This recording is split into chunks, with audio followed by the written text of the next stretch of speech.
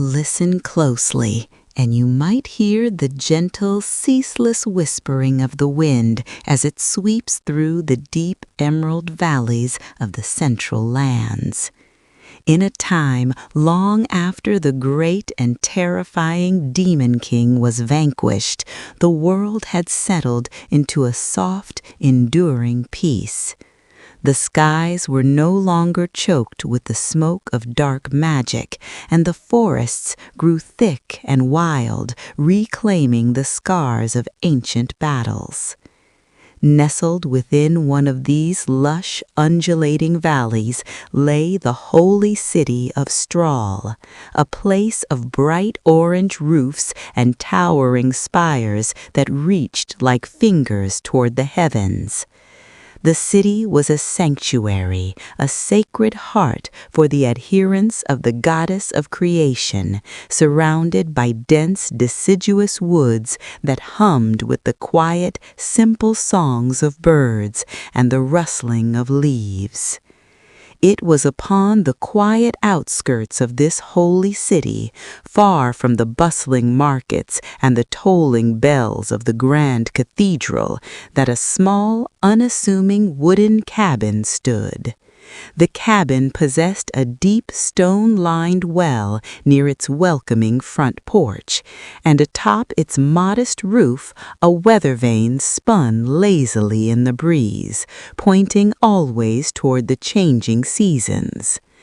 This peaceful dwelling belonged to Heiter, a man who was once known throughout the realm as the corrupt priest, a legendary hero who had traveled alongside the brave Himmel to save the world. But time, which flows like an unstoppable river for humankind, had turned the boisterous, alcohol-loving hero into an elderly man, frail and tired, seeking only the quiet comfort of his twilight years. Yet Heiter did not live alone. Within the warm, fire-lit walls of the cabin lived a young, quiet human girl named Fern. She possessed deep purple hair, eyes that held the solemn weight of the world, and a heart filled with a fierce, unspoken devotion to the old priest who had taken her in. And recently a third resident had arrived, Frieren, an elven mage with twin tails of spun silver hair and emerald eyes that had witnessed thousands of years pass like fleeting shadows. Frieren had come to the cabin to fulfill a promise, to decode an ancient text, and to teach the young Fern the wondrous, difficult art of magic. For an elf like Frieren, the passage of a year was no more significant than the blink of an eye. She perceived time as a vast, unbroken ocean, where decades were merely gentle ripples upon the surface. But for Fern, every single day was a precious, finite gift, a grain of sand slipping relentlessly through the hourglass. It was here, in the quiet collision of their two vastly different worlds, that a beautiful story of love, memory, and magic began to unfold. The instruction of magic is not a task of sudden miracles, but one of boundless patience and rigorous, unending discipline. Each morning, as the sun crested the steep forested hills of the valley, Frieren would lead young Fern to a precipitous cliff located a short distance from the cabin. The cliff overlooked a deep, yawning gorge where the winds howled like ancient spirits, rushing past the grassy precipice to strike a solitary, towering rock formation that stood defiant on the opposite side. This harsh, unforgiving landscape was to be Fern's classroom. Fern would stand at the edge of the abyss, her small, determined hands gripping a wooden staff wrapped tightly in elegant purple ribbons. This staff was her most treasured possession, a heartfelt gift from her adoptive father, Heiter, meant to encourage her on this arduous journey. Frieren, standing with the stillness of a centuries-old statue, would watch her apprentice with keen, analytical eyes. To wield long-range magic, Frieren's calm voice would carry over the rushing winds, one must not merely rely on the desire to cast. The art demands the absolute harmonious synchronization of three essential elements. Frieren explained that the foundation of offensive spellcraft, particularly the piercing magic known as Zoltrak, required total mana output, raw magical strength, and the absolute control of the caster's internal energies. For a human child like Fern, the first two elements, output and strength, were naturally low. These were attributes that could never be rushed. They required the slow, agonizing maturation of the physical body and years, perhaps decades, of repetitive, grueling physical and mental conditioning to truly master. Yet Fern's control over her mana was exceptionally high. She possessed the rare, prodigious ability to suppress her magical aura, rendering it nearly undetectable to the senses, a skill that required a maturity and emotional discipline far beyond her tender years. Frieren realized that while Fern could not yet shatter the distant rock with raw power, her foundation was flawless. The elf knew that with enough time, the young girl would blossom into a mage of magnificent caliber. And so, the rigorous training began. Over the course of the next 4 years, the seasons cycled with a rhythmic, beautiful certainty over the holy city of Strahl. The vibrant emerald greens of the spring forests gave way to the sweltering golden heat of summer. The deciduous trees eventually turned to fiery tapestries of orange and red, dropping their leaves to blanket the earth before the silent white snows of winter arrived to purify the land. Through every cycle, through rain and wind and snow, Fern trained. She trained diligently under the elf's patient, observant tutelage, listening to every correction and adjustment. And when Frieren was otherwise occupied, Fern did not rest. She ventured out alone into the deep, solitary woods, her staff glowing with the nascent light of offensive magic, striking trees and stones, pushing her small body to its absolute limits. While Fern poured the vitality of her youth into the mastery of destruction and defense upon the windy cliff, Frieren descended daily into the dimly lit, dust-moated basement of Heiter's wooden cabin. The basement was a labyrinth of forgotten knowledge, its walls lined with towering bookshelves groaning under the weight of ancient scrolls, leather-bound tomes, and the accumulated wisdom of a lifetime of adventures. Here, in the quiet, earthy darkness beneath the earth, Frieren dedicated herself to a grueling, seemingly impossible task. She was working to decipher a legendary grimoire attributed to Ewig the Sage, a mythical figure of arcane history.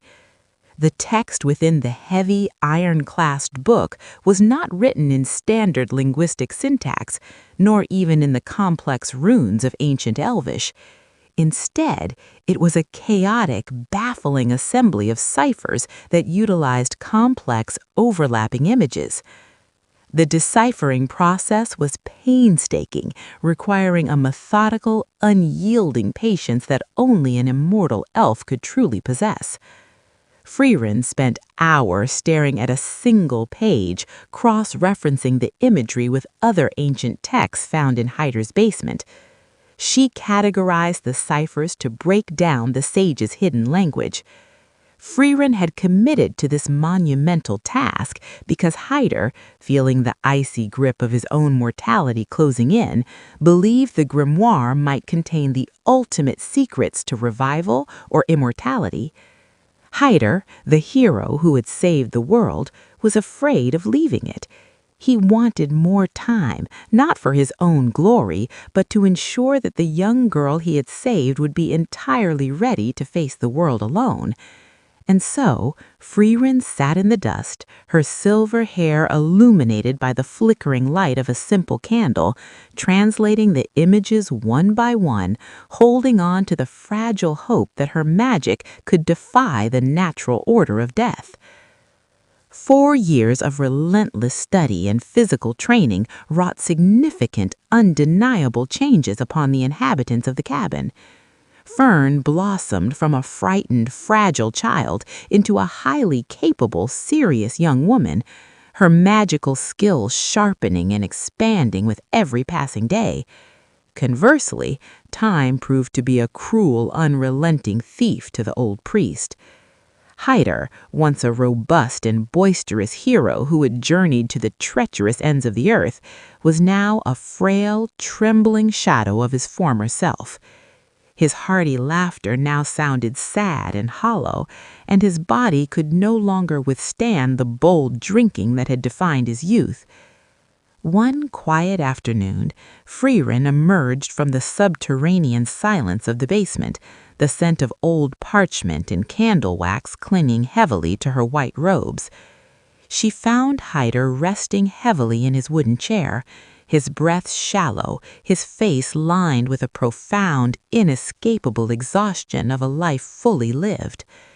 He asked, his voice trembling with the fragile hope of a dying parent, about the child's progress. Frieren, always plain-spoken but harboring a quiet, growing warmth in her heart, delivered her honest assessment.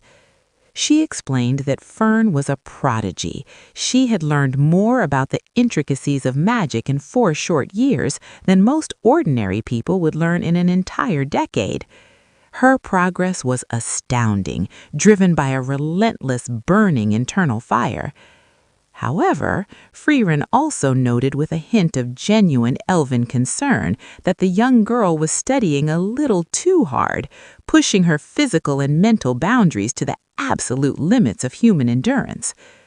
Before Heiter could fully process the immense pride welling in his chest, his aging body finally betrayed him. Suddenly, without warning, the priest collapsed, his remaining strength evaporating in a single, terrifying instant. In the nearby kitchen, surrounded by the warmth of the hearth and the comforting scent of a preparing meal, Fern paused. The sound of the old man's collapse echoed terribly through the small cabin, a sound that would forever be etched into her memory. Heiter was immediately moved to his bed, where he would remain, a prisoner of his own failing health. As Frieren stood solemnly over his bedridden form, Heiter looked up at her and offered a weak, self-deprecating smile. He remarked, with a touch of his old heroic humor, that it was an absolute miracle he had been mobile for so long, acknowledging the inevitable end that now awaited him. The fear of death, an immeasurable terror for mortal men, loomed over him like a dark storm cloud. Yet he clung to the living world out of a desperate, overwhelming love for his adopted daughter. Frieren, her heart aching in ways she was only just beginning to truly understand, gently assured the priest that she would decipher the remainder of Ewig's grimoire as quickly as possible, promising to find the miracle he so desperately sought. Leaving the solemn, heavy quiet of the sick room, Frieren sought out her apprentice. She found Fern standing on the windy precipice of the familiar cliff, her purple-ribboned staff raised, her focus entirely, obsessively consumed by the distant rock formation. Frieren stepped forward, her soft boots making no sound against the grass, her voice gentle against the howling wind. She told Fern to pause her grueling training on the cliff.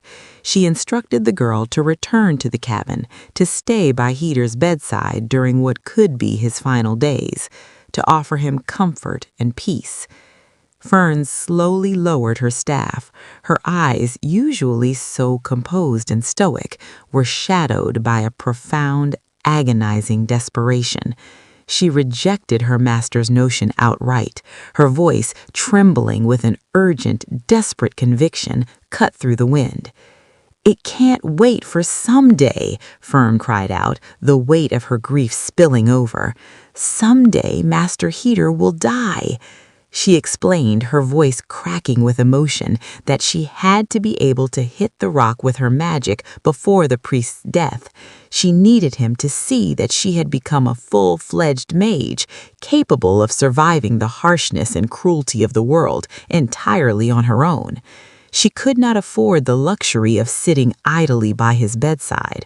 Her grief, her love, and her fear had to be channeled into magical perfection. That, she believed, was the only tribute that could bring true peace to the dying man's heart. To truly understand Fern's relentless, almost punishing drive, one must look backward into the annals of tragedy, to a dark time before she had ever seen the peaceful valley of Strahl. Later that evening, bathed in the dim, silvery moonlight filtering through her small bedroom window, Fern sat alone. In her trembling hands, she held a small, delicate locket, its metal worn smooth by years of anxious touch. She opened it, and inside rested the faded, smiling visages of her deceased parents. She stared at their faces, the silence of the night summoning the terrifying ghosts of her past. Years ago, in the war-torn, burning remnants of the southern lands, a much younger Fern had found herself utterly, completely alone. Stripped of her loving family, her safe home, and every ounce of hope she possessed, she had wandered through the devastation until she stood upon the precipice of a massive, jagged cliff. Below her lay a dark, unforgiving abyss. The trauma of the war had hollowed her out, leaving only a cold, unbearable void in her chest. She had closed her eyes, prepared to step forward, to surrender her young life to the crushing gravity of despair, when a voice interrupted the terrible silence. It was an aged Heiter. He had been sitting nearby on the grassy edge, a bottle of alcohol in his hand, seemingly a weary spectator to the world's endless sorrows. He did not rush her with frantic shouting panic, nor did he command her to stop. Instead, he spoke to her with the profound, gentle wisdom of a man who had seen too much death in his lifetime.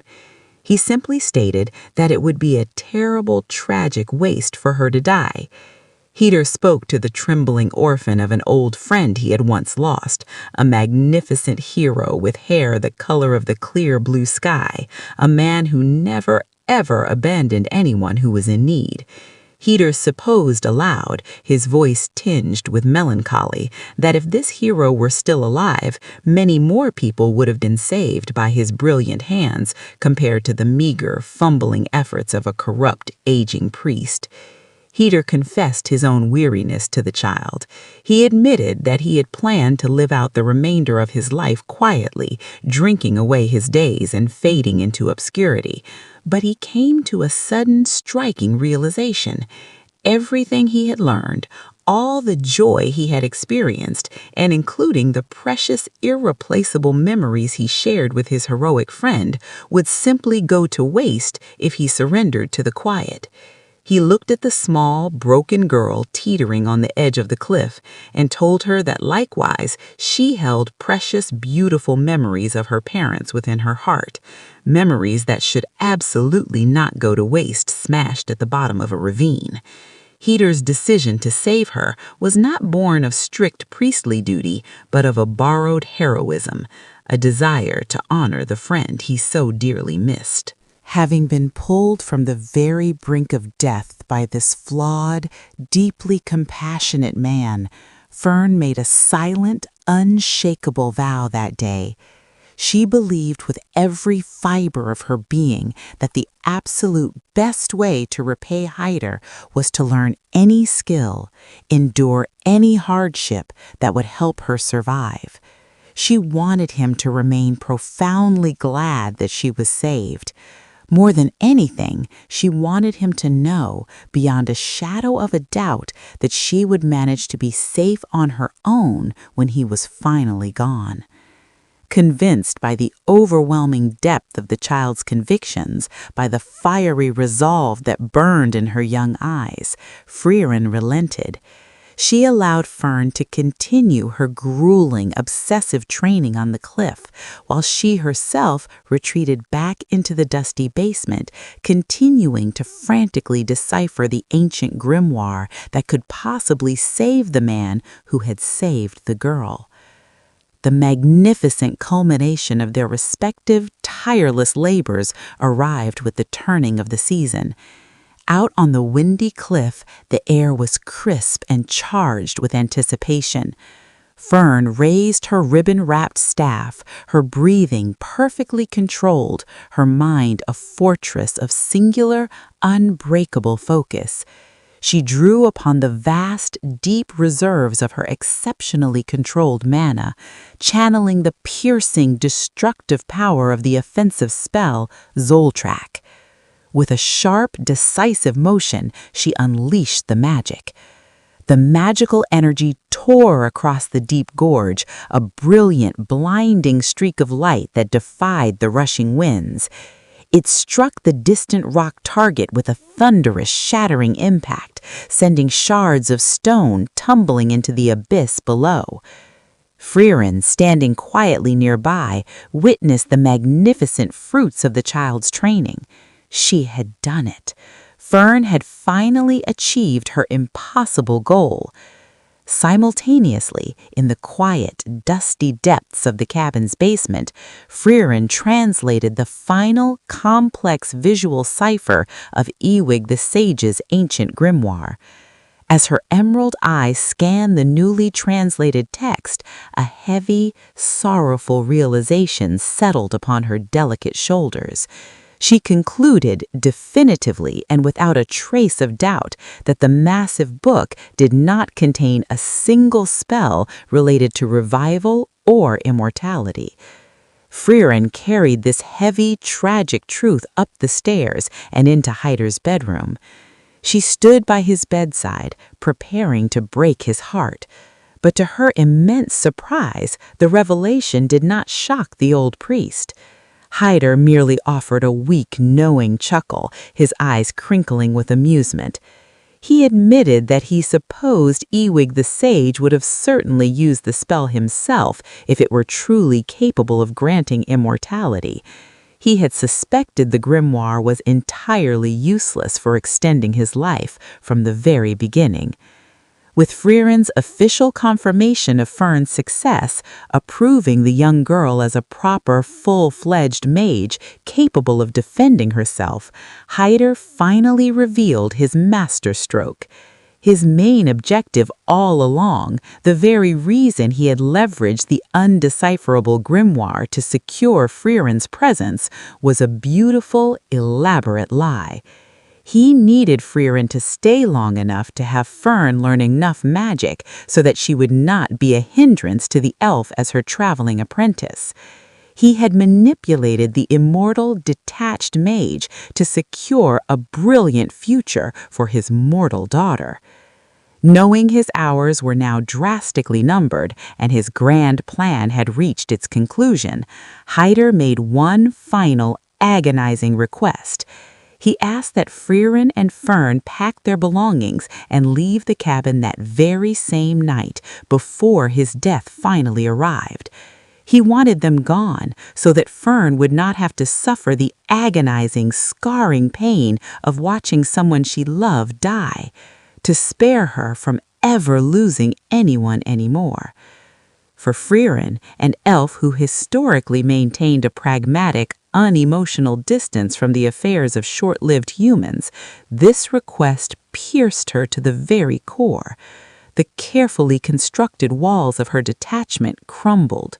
Her emerald eyes welled with tears, spilling over her cheeks in a rare, profound display of raw emotion. She wept for the old man and for the cruelty of time. She rejected Heiter's request with a wavering, passionate voice. She told the priest that it was wrong to hide from the end. She demanded that he give the child a proper farewell, insisting that they stay by his side to make as many precious memories as possible in the precious little time they had left. Frieren sat by the dying man, her tears falling quietly onto the bedsheets. She asked him the question that had lingered in her mind for years. "Why did you say Fern?" Heiter looked toward the wooden ceiling, his mind drifting back across the decades, across mountains and monsters, to a blue-haired youth who had changed the world. He replied simply, with total conviction. Himmel, the hero, would have done the same. Frieren nodded, her heart aching with the beautiful, resonant truth of those words. "Yes," she whispered, "from Himmel to Heiter, and from Heiter to Fern, a continuous, unbreakable chain of kindness and salvation had been forged." Later that afternoon, Frieren climbed the steep path to the same cliff where she had first begun her instruction. She stood beside the young mage, looking across the gorge at the shattered rock, bearing witness once more to Fern's magnificent progress. Fern had survived. She was ready. Heiter's death eventually arrived, quietly and without fanfare, claiming the priest in the warm comfort of his bed. A somber, beautiful funeral ceremony was held at the large church in the center of Strahl, its arched entryways bearing witness to the passing of one of the realm's great beloved heroes. Heiter was laid to rest in the tranquil graveyard situated right outside the city walls, among ancient obelisks and silent stone mausoleums. Standing before his tombstone, the air heavy with grief and immense gratitude, Fern turned to her elven master. She expressed her deepest, most profound gratitude to Frieren for allowing her the time and the skills to properly repay the priest.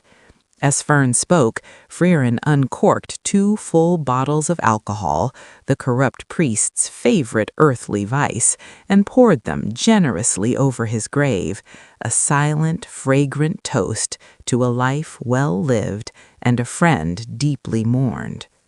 With their ties to Strahl now resting peacefully in the earth, the elf and her human apprentice turned their backs on the holy city. They departed, finally setting off on a new, endless journey into the vast, wondrous unknown. Over the next few years, the duo wandered across the sprawling continent, their journey devoid of apocalyptic quests, dark lords, or world-ending stakes. Instead, Frieren and Fern sustained themselves by living a humble, quiet existence, performing odd, simple jobs for the local populace in exchange for small, seemingly insignificant magic spells. It was a stark contrast to the legendary adventures Frieren had once undertaken, but it was a life filled with quiet purpose. Their travels eventually brought them to the magnificent Turk region, a sprawling territory nestled deep within the Central Lands. It was a breathtaking landscape characterized by undulating emerald hills that rolled like ocean waves toward magnificent snow-capped mountains visible on the distant horizon. The region was famed for its rich, fertile farmlands and dense, lush, deciduous forests that teemed with life. In one of the rural agricultural settlements, connected by winding, unpaved dirt paths, Frieren and Fern found employment assisting a local farmer. The crisp autumn harvest season had arrived, and the sprawling fields were overflowing with massive, vibrant orange pumpkins. Using their telekinetic magic, the duo effortlessly lifted and harvested the heavy gourds, floating them gently through the cool air into waiting wooden wagons. For their labor, the grateful pumpkin farmer compensated them not with heavy bags of gold, but with a spell, a simple, highly specific folk magic that produced a steaming cup of hot tea.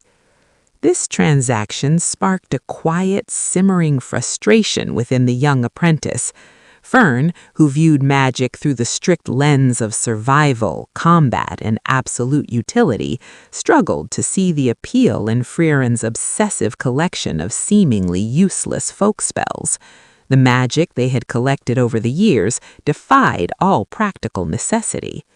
Fern voiced her bewilderment as they walked down the dirt path, noting that spells for turning sweet grapes sour or producing a warm beverage lacked any combative value or ability to protect them. She stated, her brow furrowed in confusion, that she believed the two of them shared slightly different views on the fundamental purpose of magic. But Frieren, with a soft, knowing look in her ancient eyes, insisted that they were exactly the same in their core philosophy. They both loved magic, deeply. What Fern had yet to realize was that Frieren's vast collection was not driven by combat utility, but by the preservation of memory. Frieren had sought the bizarre spell to turn sweet grapes sour because she remembered, vividly, that the gruff dwarven warrior Eisen's absolute favorite food was sour grapes. She had sought the spell for hot tea because Himmel, with his endless curiosity, had once asked her if such a magic comfort existed.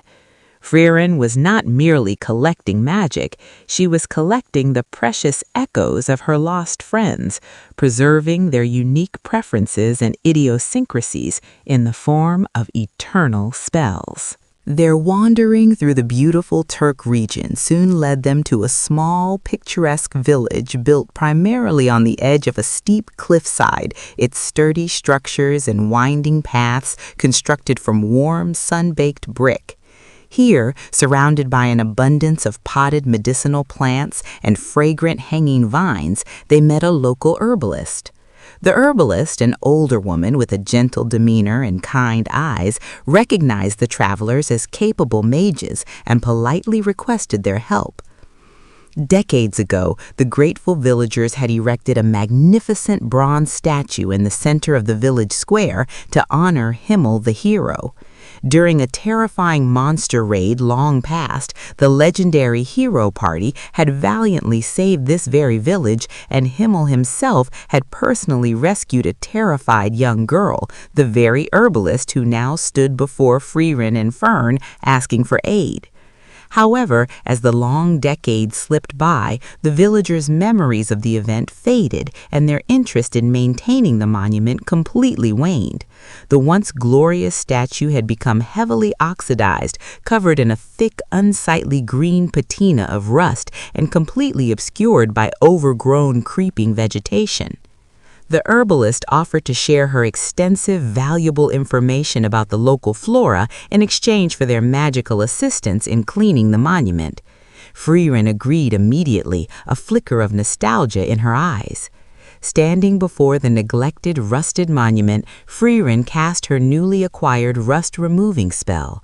The magical energy washed over the metal, peeling away decades of harsh neglect to reveal the shining, triumphant visage of the hero underneath. As the restored bronze gleamed beautifully in the afternoon sunlight, Frieren reminisced aloud, a small, affectionate smile touching her lips. She recalled the day the statue was commissioned, noting with fond exasperation that it had famously taken the vain but lovable Himmel 18 grueling hours to finally settle on the perfect heroic pose for the sculptor. With the statue fully restored, the herbalist mentioned her lovely plan to add some local flowers around the stone base to give the monument more vibrant color and life. Frieren raised her staff, preparing to cast a simple, generic flower bed making spell. But just as the manna began to pool brightly at the tip of her staff, she paused. A powerful memory surfaced from the deep, vast ocean of her mind. She remembered Himmel's voice, bright and full of life, mentioning his absolute love for a specific breathtaking bloom, the blue moonweed flower. It was a beautiful flower native to Himmel's faraway hometown, and though she had traveled by his side for a decade, Frieren realized with a pang of deep regret that she had never actually seen them herself. Frieren lowered her staff and announced her intention to decorate the statue exclusively with blue moonweed flowers. The herbalist's face fell slightly, a look of pity in her eyes. She informed the elf that the quest was likely impossible. She claimed that it had been several decades since the rare flowers had been spotted anywhere in the Turk region. They were widely believed to be completely extinct. But the concept of impossibility holds very little sway over an elven mage with an infinite lifespan and a newly discovered debt of the heart. Frieren was entirely undeterred. She declared that this would not stop her and that they would search the region until they found them. Before they left the village square to begin their epic search, Frieren's sharp eyes spotted a small, furry creature, a seed rat, considered common vermin in the region, hiding suspiciously within the folds of Fern's long purple robes. Fern, showing a flash of gentle innocence, claimed defensively that she was merely intending to release the creature safely into the forest. Frieren simply smiled, and the two set off into the woods. What began as a simple, heartfelt detour soon evolved into a grueling, exhausting test of endurance. 6 entire months passed. Through the heavy, torrential rains of spring and the sweltering, oppressive heat of the summer, Frieren and Fern scoured the lush, deciduous forests and the rolling, undulating hills of the Turk region. They meticulously mapped every glade, overturned every mossy stone, and searched every shadow beneath the ancient trees. But the beautiful blue moon weed remained a myth, a ghost of the past. For Frieren, 6 months was but a brief, passing inhalation of breath. For Fern, it was an agonizingly long, stagnant fraction of her young life. The human apprentice grew deeply discouraged upon learning that her elven master had absolutely no plans of stopping the search anytime soon. One afternoon, returning to the cliffside village for necessary supplies, an impatient and exhausted Fern vented her mounting frustrations to the herbalist. She complained bitterly about how Frieren was stubbornly wasting her precious time searching for a mythological flower that clearly did not exist anymore. The herbalist listened with the calm, soothing understanding of someone who had lived a long, observant life. Rather than scold the angry girl, the herbalist reached beneath her wooden counter and handed Fern a small, coarse bag filled with seeds. They were seeds of a related botanical species, one that possessed medicinal properties and grew locally, unlike the true blue moon weed. The herbalist instructed Fern to take the seeds and to honestly convey her feelings to the elf. She gently reminded the frustrated apprentice that elves, being nearly immortal, must perceive the flow of time and the urgency of the world very differently than humans do. Armed with the bag of seeds and a heavy heart, Fern sought out her master in the quiet woods. She found Frieren observing the forest floor, completely unbothered by the passing months. Fern gathered her courage and expressed her feelings, laying bare her intense frustration, her impatience, and her fear that they were wasting their lives chasing a phantom. Frieren listened silently. Looking at the young woman standing before her, the elf suddenly understood something profound.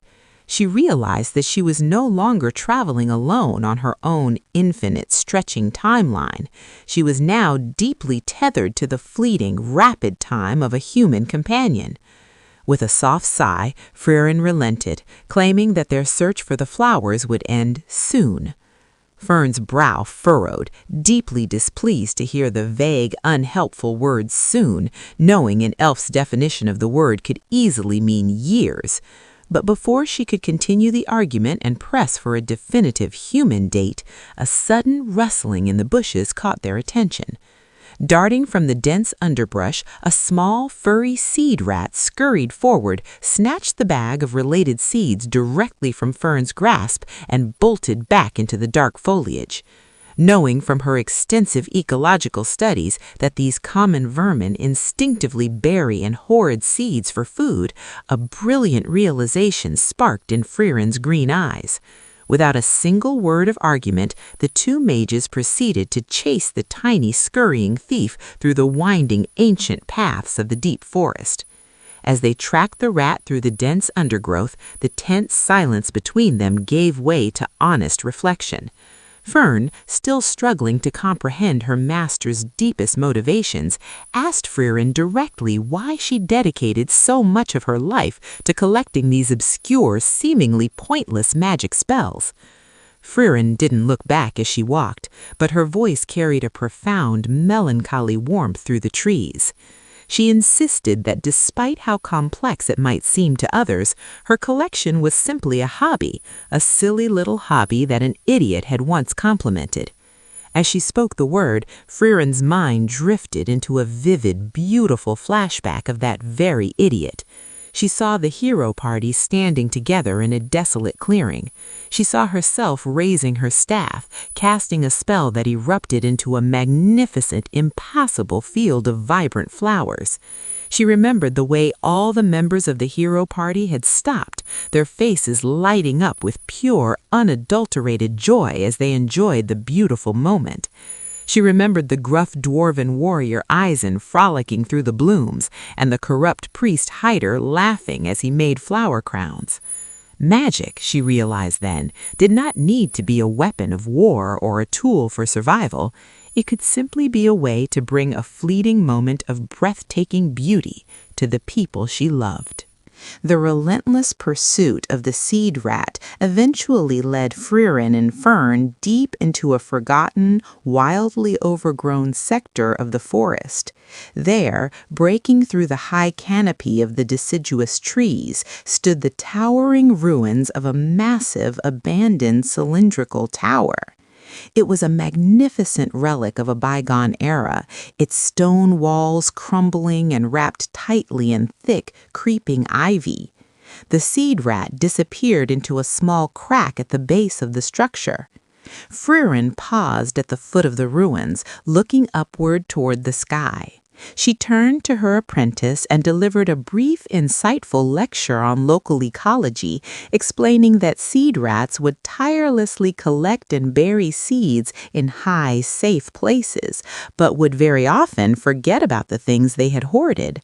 Over decades, she theorized, these forgotten, hidden caches could give birth to unintended, magnificent miracles. With a surge of mana, Frieren utilized her flight magic, lifting gracefully from the forest floor and ascending rapidly toward the open top of the ruined tower. As the wind rushed past her ears, another memory washed over her, a direct continuation of the previous flashback. She saw Himmel, his heroic blue hair blowing in the wind, looking at her created flower field with a soft, deeply affectionate smile. She remembered him turning to her and wishing aloud that someday he could view the real blue moon weed flowers with Frieren. Frieren crested the edge of the stone roof and landed softly, her breath caught in her throat. The top of the abandoned tower was a hidden, breathtaking sanctuary.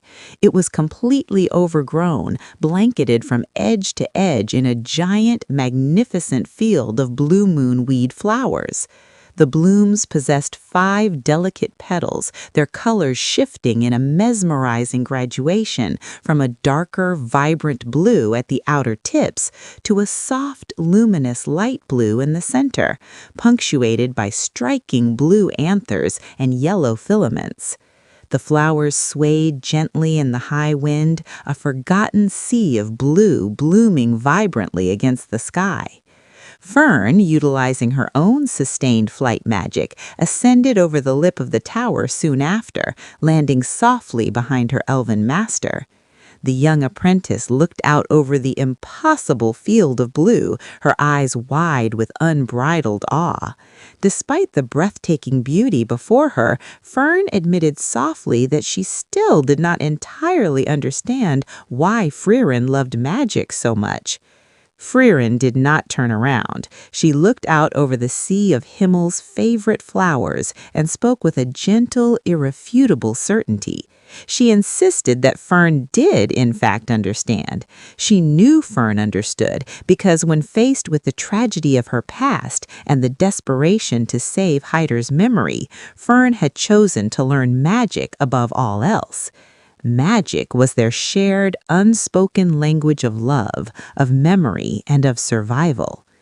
With the source of the rare seeds finally discovered, Frieren carefully harvested the necessary materials, her hands brushing against the soft blue petals.